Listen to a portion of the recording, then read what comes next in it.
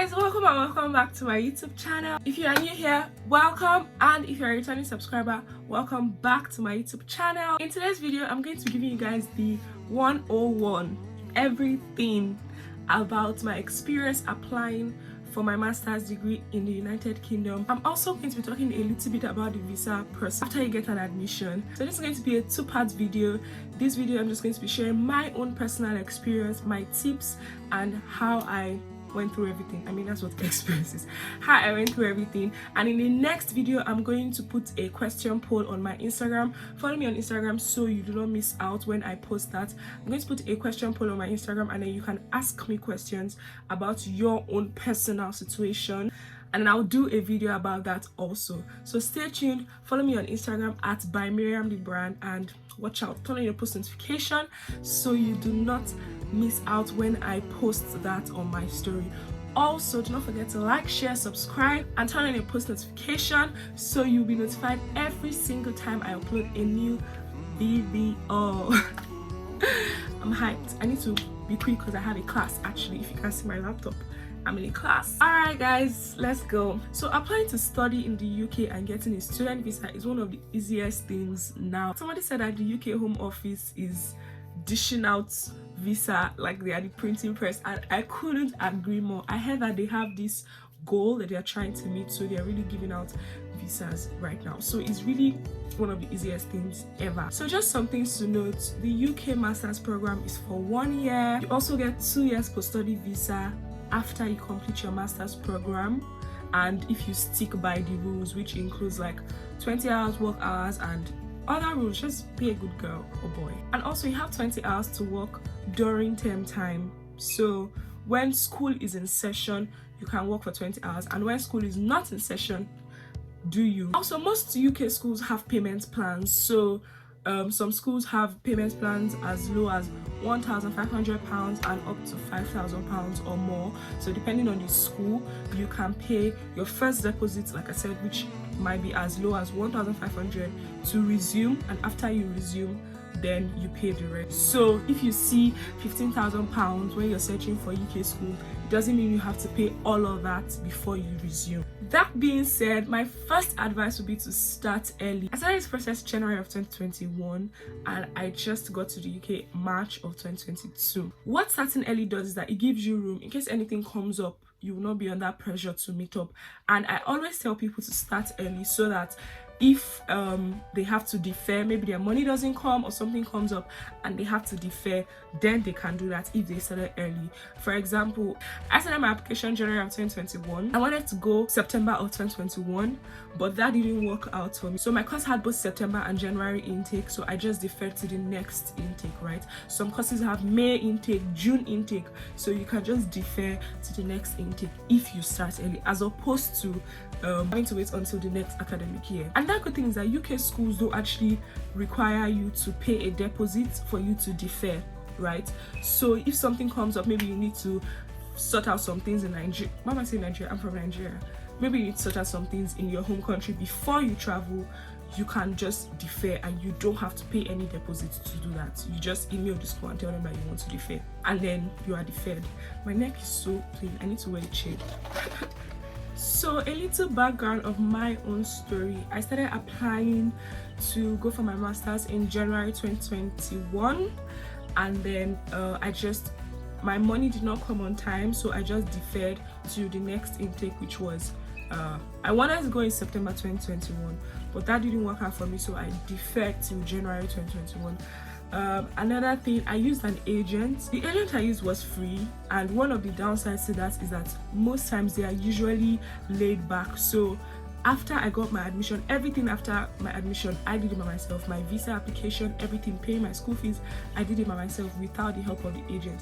So if you're using an agent, you still have to be on top of your game. If not, I've heard of people that lost scholarships because this agent, not the same agent but the same company, the agent was just too relaxed and not doing anything, so the girl lost the scholarship. And applying yourself is actually very straightforward. My friend applied herself, and in like what, 2 days, was it 2 days or a week, she got the admission to my school. So it's really easy and straightforward, and something you can actually do on your own. I mean, you just see the instructions and you just follow them, so it's pretty straightforward.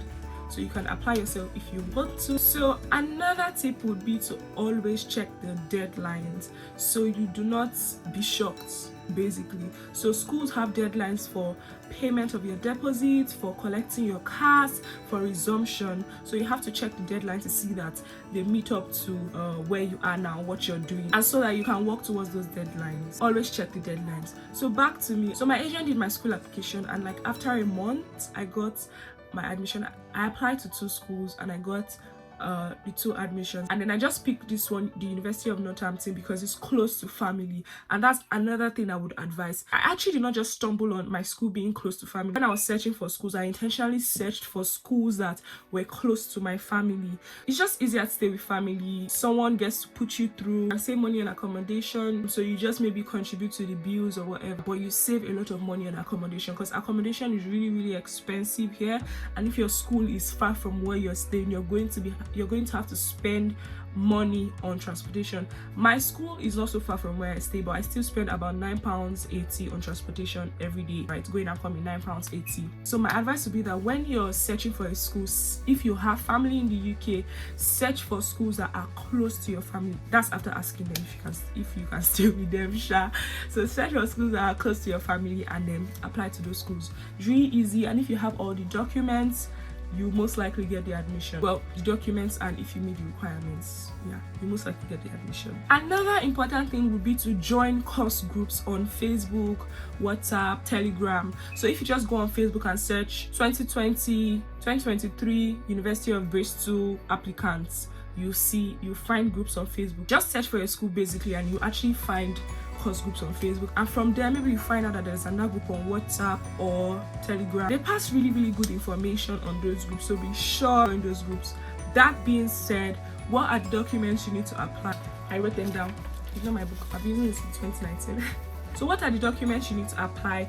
You need your personal statement. For every school you apply to, you need a personal statement. That's another reason why you have to start early, because writing a personal statement can actually be difficult. Let me know if you guys want me to show you how to write a personal statement. Everybody that read my personal statement loved it. So I have some good tips for you guys.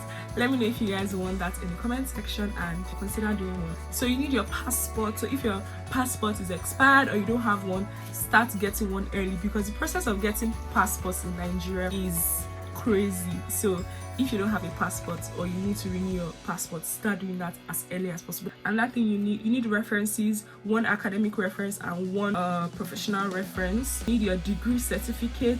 You need your English proficiency. For English proficiency, if you're from Nigeria or any West African country, you can use if you're from any West African country, you can use your WAEC, and some schools accept NECO. So you just need to get at least a C in your English. You also need your resume, and then you need CAS, that's for visa. So after you pay your deposit to your school and they confirm your deposit, they will send you a CAS. That's what you're going to use to apply for your visa. And then finally, the almighty bank statement. You need a 28 days bank statement. And if you check the UK government website, just search for money you need under student visa application, and then you see how much you need. I think it is, I can't remember. Sorry. And it also depends on how much left you have to pay from your school fees. So that's plus some maintenance fee that is on the UK government website. So just check and you find it. So yeah, that being said, why do I keep on saying that being said? Anyway, what exactly are the steps? I'm going to read from my book. First, you prepare your documents. All these documents that I have listed, you have to prepare them before you start applying, because it's not like you can submit some and then submit the rest later. No, you have to prepare everything before you apply for school. Again, that's why you should start early, because your school can delay on your degree. Well, if you've not collected your degree certificates, your transcript. Oh, I forgot, you need a transcript. You need transcripts. Don't forget transcripts. And because some schools don't give original transcripts to individuals, they send it directly to the school. Schools delay. I mean, we're in Nigeria. Schools delay. Commonwealth University took about 10 days, which was really good. I don't know about federal schools. I've heard somebody waiting up to 3 months. So again, start early. So after you have your documents, then you apply for your, I hope this is recording. After you have your documents, you apply for your admission, and then you wait a while. Most schools take 3 weeks to 3 months depending on when you apply. So if maybe you apply in July, that's not good because your resume is September.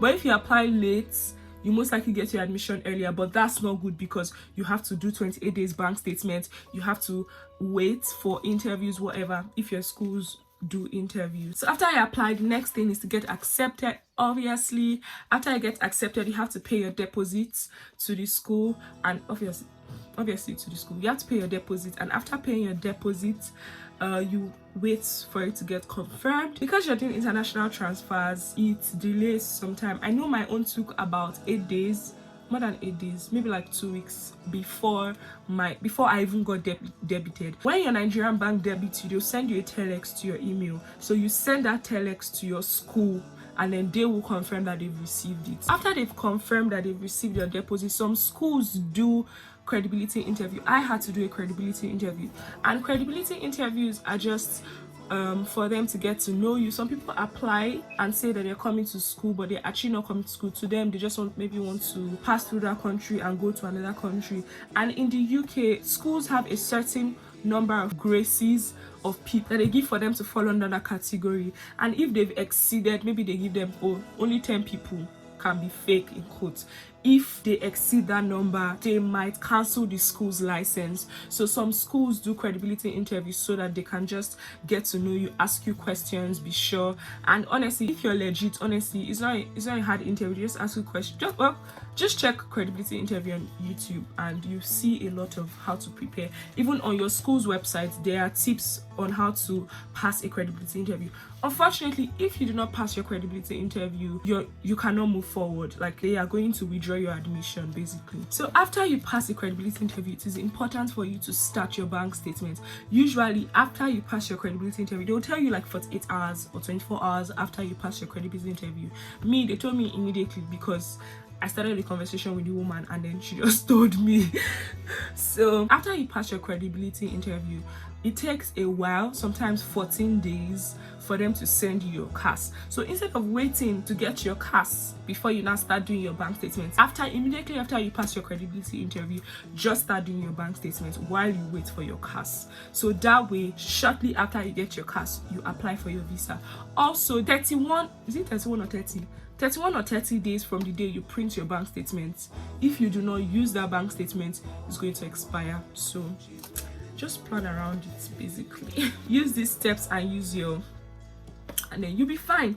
So after you start your bank statement, you get your CAS, and then after you get your CAS and your bank statement is complete, 28 working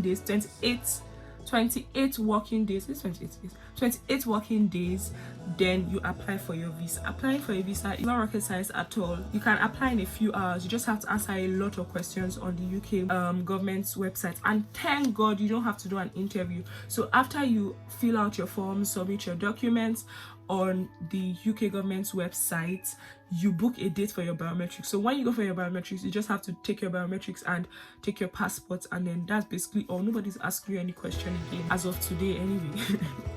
There's no interview for UK student visa. So if everything works well for you, if you submit the right documents and your bank statement is correctly done, 15 days after you take your bank statement, you usually get a decision on your application. They won't tell you in the email. It's when you go to pick up your passport, you will know if it is a yes or no. But pro tip, so usually they will send you an email also saying that, oh, you did not get it because after they send you an email saying you should come and pick up your passport, right? So if they don't send that, book your flight tickets. You can either wait till you get your visa to book your flight ticket, or you can book your flight ticket in fates, because the closer it is to the date of your flight, the more expensive it will be. But I mean, we all know this.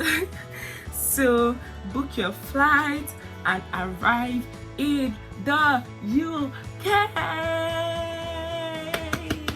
Anyway, yeah, so basically, see, easy. It is really straightforward to apply for your masters in the UK. It is just a little bit not a little bit, it is more expensive because pounds is on the high side. So aside from that, there's actually nothing difficult about applying for your masters or your student visa. It is pretty straightforward. I've said that over and over and over and over and over and over and over again. So that is all for today, guys. If you enjoyed this video, make sure you give it a big thumbs up, subscribe, leave a comment, ask me questions in the comment section, and I would definitely give you a reply, or let me know what you love about this video in the comment section. I love reading your comments, guys, and it helps me know who has watched this video.